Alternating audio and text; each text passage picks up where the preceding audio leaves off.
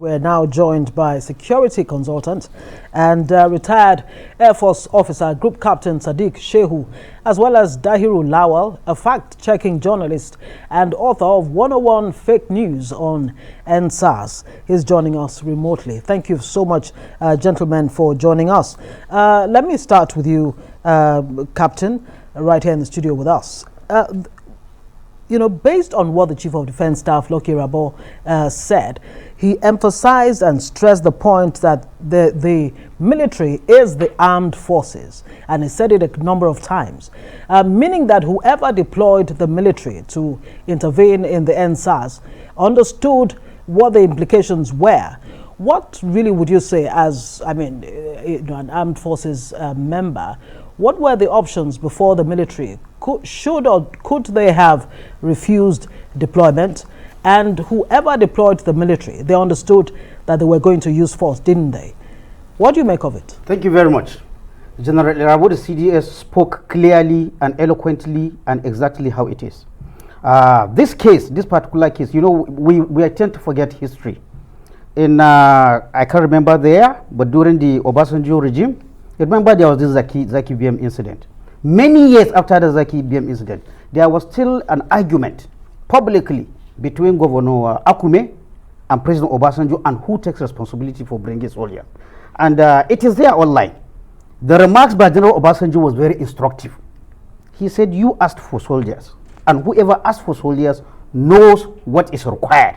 It means the police, who normally should be deployed to quench such something has gone beyond their power. And it is always the governor who requests that I want soldiers to be brought in. And they came in. Now, the issue of whether soldiers use live bullets or not, I think that is even where the committee went out of its way. The issue is that when a soldier is deploying, a soldier was deployed with both lethal and non-lethal weapons. For the simple reason, even a small call to come and separate husband and wife could turn violent. So the law enforcement person cannot go with minimum force. Then when it turns violent, he will say, let me go back to my barrack and go and bring lethal force. The teaching all over the world is to deploy, but as much as possible to try and use the non-lethal force. But then the decision to use the lethal force to act, is depends on the circumstances and the level of threat. More importantly, the protection of the life of the law enforcement officer. Nobody sends a policeman or a soldier to go and just submit himself to be slaughtered. But training gives the soldier or the policeman the skills, the things he looks for. There are specific indicators that a soldier or a policeman, a well-trained one, will look out for. And at that time, he is within his right to make the judgment. And I want people to understand, with due respect, not even the president and commander-in-chief, not even the chief of army staff, when you send that soldier, the soldier facing that threat, he is the one to make that decision that my life is in danger, or the life of my colleague is in danger, or it could be the life of another Nigerian. And once he makes that decision, he is at liberty. The right of self-defense kicks in, and he could use whatever is in his hand. What such a committee is supposed to do is to find out, was lethal force justified then or not? Because I saw the terms of reference of the committee. Right. It just went straight ahead with, did they use live bullet or blank? There is nowhere in the world which says that a security man must use only blank round. All right, yes. Sadiq, let's get in our other guest, Dahiru Lawal. Glad to have you join us quite quickly. What you wrote, you're the author of the book, 101 or 101 Fake News on EndSARS. It's an interesting title, one might say. What informed your writing this book? Thank you for the question. I would say, first of all, when the whole EndSARS thing began, it was a kind of a new dawn, a kind of new hope for many Nigerian youths, especially for people like us who think there should be reform and system strengthening in our institutions, and the youth should also have a kind of role that they can play, in the system. That is why the issues of youth affirmative action has always been key. So I started following the EndSARS movement right from the outset because of what it portends for the Nigerian youths. Like I said, a new dawn and hope. So I was following trends and happenings because, and it became more interesting for me at the point where, the pressure on the demand on the government to disband the SARS, came to fruition, and I was like, wow, this is actually something that is very, very unprecedented in Nigerian history. And if we are able to actually put pressure on the system to be able to yield to our demands, then definitely we can put pressure on the system to change a lot of things. But I started seeing red flags when we started getting riddled with a lot of informations that beggars believe, and we started seeing things that need verification and things that were outrightly denied by even people that were named in the in most of this information that were being paddled. And it dawns that there are people who are hell bent on sabotaging this legitimate EndSARS protest in order to achieve their own sinister or malicious aim. I think which they succeeded in doing at the long run, because there were so many misinformations, disinformation, and fake news around the whole EndSARS, around the whole EndSARS incidents, especially right from the time of the making incidents. Right. Down to now. So I felt that we need to cherry pick, All right. Yes. Dahiru Lawal, journalist and author, please stay with us. And of course, Group Captain Sadiq, right here in the studio. We'll return with it after this break.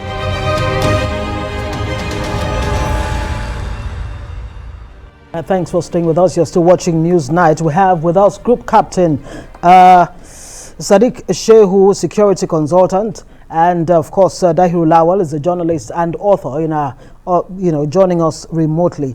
We've been looking at, of course, the Lagos panel's indictment of the army, police, and other complicit individuals. Thank you so much for staying with us.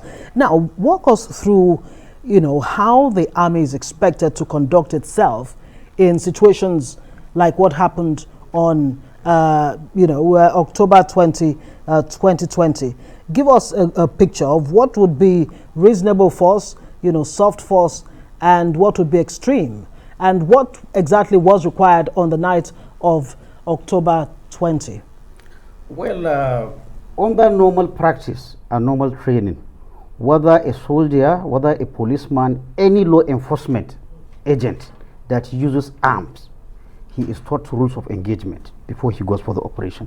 What are these rules of engagement? Even though people use them without actually defining what they are directives which specify when, how, where, and against whom should a soldier or a policeman use his weapon.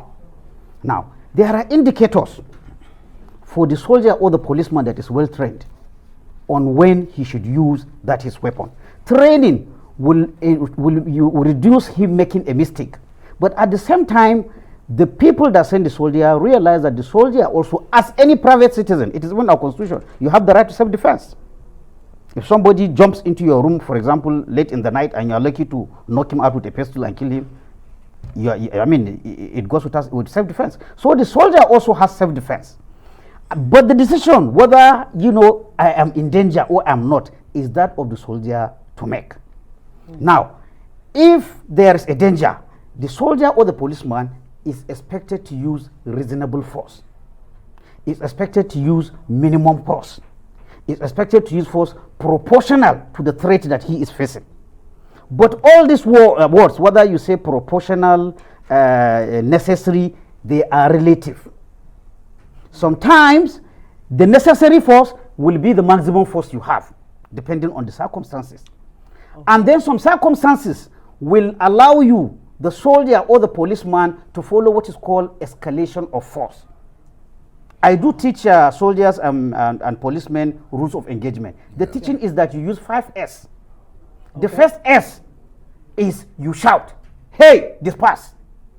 Some people will comply, and that ends the problem. What's the second? The second one, you show threatening, maybe by cocking your, cocking your gun, some will go, and that solves the problem. If that doesn't work, if you are within striking distance, the man is too close to you, you use the butt of your weapon to shove him, maybe arrest him and handcuff him. That is the one. If that doesn't work, you move to the fourth S, which is you shoot to scare. Shoot in what Shoot direction? in the air. In the air. Okay. Shoot in the air or shoot to injure the person, but not kill. But then the final one, which is also available, is shoot to kill. Good. Now, the decision to transit, sometimes it's not all opportunities that give you transit between these 5 S.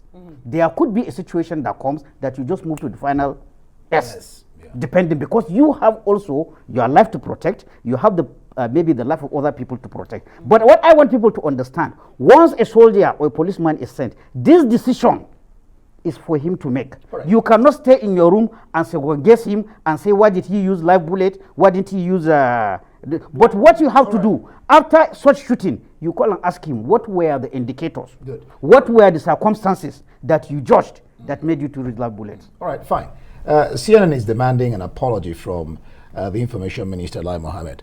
At the same time, government says until the white paper comes out, they can't speak. And then, of course, a government official in Lagos State is saying that the way, just like the CDS said, the way that the information got leaked was not right. Even the on the panel. The youth representative. So does it sound like they rushed to release it, or somebody did what he or she was not supposed to do? I want you to look at all those I have put together.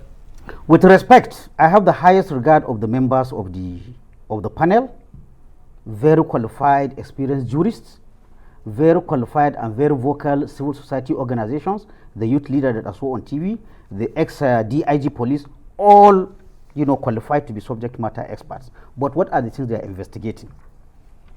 Rules of engagement, use of force. Police and military are alleged to have misbehaved or behaved not professionally. Where is the military expert that will give them the objective view, like I said now, what makes a soldier to fire or not to fire? I didn't see. So right from the beginning, even in the composition of that panel, there was a mistake. We just finished watching I Can't Breathe, the Derek Chauvin case. The people were called, you can call back, they called use of force experts to come and tell them what is the training given to an average American policeman. What is a American policeman supposed to use? I didn't see that happening. And I see them talking about rules of engagement. The report, when I read, even though now again we have a problem because they said this is not the right report, another one is coming, but I use what I have seen, the one that is circulating. Okay. Another one is coming. They've submitted the original one, And but there were inaccuracies in this one that leaked, but the one that went to the governor, according to Temitope, has been corrected. That's what he said. Okay.